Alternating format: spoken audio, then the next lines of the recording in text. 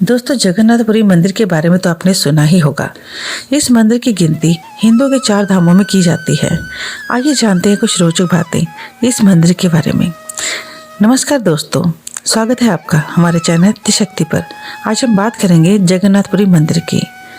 दोस्तों, जगन्नाथपुरी मंदिर 4 लाख वर्ग फुट क्षेत्रफल में फैला हुआ है। इसकी ऊंचाई 214 फुट है। इतनी ऊंचाई पर होने पर भी इस मंदिर का ध्वज हर रोज बदला जाता है, क्योंकि ये मानता है कि अगर एक दिन भी ये ध्वज ना बदला जाए तो ये मंदिर 18 वर्षों के लिए बंद हो जाएगा। जगन्नाथ मंदिर के ऊपर लगा झंडा हमेशा हवा के विपरीत दिशा में ही लहराता है। इसका पता वैज्ञानिक भी नहीं लगा पाए कि ऐसा क्यों होता है। दोस्तों, अगर आप इस मंदिर के गुंबद को देखोगे तो हैरान रह जाओगे कि इसकी कहीं भी कोई छाया नहीं बनती। इसके ऊपर लगा सुदर्शन चक्र अष्टधातु से बना है। इसे आप किसी भी दिशा से देखेंगे तो ये चक्र आपको अपने सामने लगा ही दिखेगा। जगन्नाथपुरी की रसोई में हर रोज 20,000 लोगों का खाना बनता है, लेकिन अगर लाखों लोग भी आ जाएं तो खाना कम नहीं पड़ता। इस रसोई की विशेषता यह है कि यहाँ 7 मिट्टी के बर्तन एक के ऊपर एक रखे जाते हैं और लकड़ी की आंच पर इन्हें धीरे धीरे पकाया जाता है। लेकिन सबसे पहले वाले ऊपर वाले बर्तन में ही खाना सबसे पहले पकता है ना हैरान करने वाली बात। यहाँ पर विज्ञान भी फेल हो जाता है। इसे चमत्कार नहीं तो और क्या कहेंगे। जगन्नाथपुरी मंदिर को बहुत बार तोड़ने का प्रयत्न किया गया है, इसलिए इस मंदिर में गैर हिंदुओं के जाने की पाबंदी है। भारत की पूर्व प्रधानमंत्री श्रीमती इंदिरा गांधी को भी इस मंदिर में जाने की अनुमति नहीं दी गई थी, क्योंकि उनकी शादी एक पारसी से हुई थी। इसलिए अगर आपको इस मंदिर में जाना है तो आपका हिंदू होना अनिवार्य है।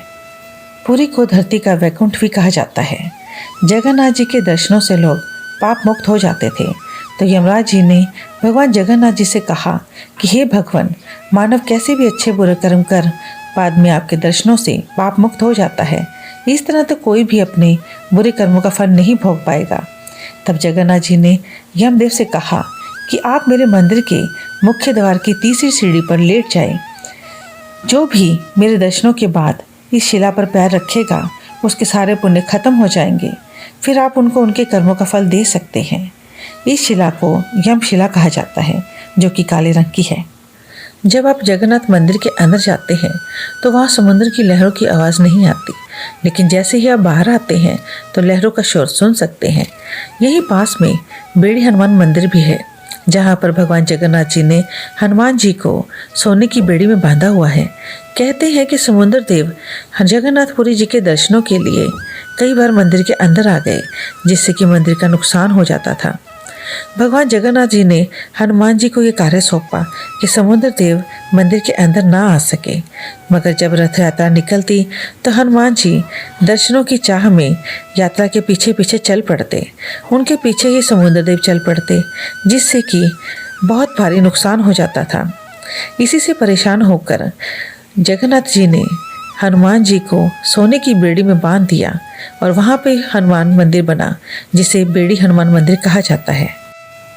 कहते हैं कि हर 12 वर्ष बाद नव कलेवर की रस्म की जाती है, जिसे नवा कालेवार भी कहा जाता है, जिसका अर्थ है नया शरीर बदलना।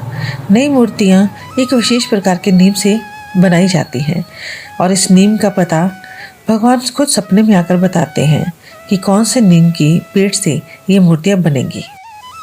अब आप सोच रहे होंगे कि अगर जगन्नाथ जी की मूर्तियाँ नव कलेवर में बदल दी जाती हैं तो पुरानी मूर्तियों का क्या किया जाता है। तो सुनिए, भगवान जगन्नाथ जी की, बलराम जी की और सुभद्रा जी की पुरानी मूर्तियों को आधी रात को मंदिर के बाहर ले जाया जाता है और सुबह होने से पहले ही मिट्टी में दबा दिया जाता है।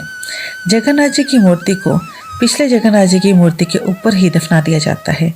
यह सब कार्य मंदिर ट्रस्ट की कड़ी निगरानी और सुरक्षा के बीच होता है। इसे पातली के नाम से जाना जाता है। ये थे जगन्नाथपुरी के रहस्य। अब इसकी कथा हम अपने अगले वीडियो में बताएंगे। नमस्कार।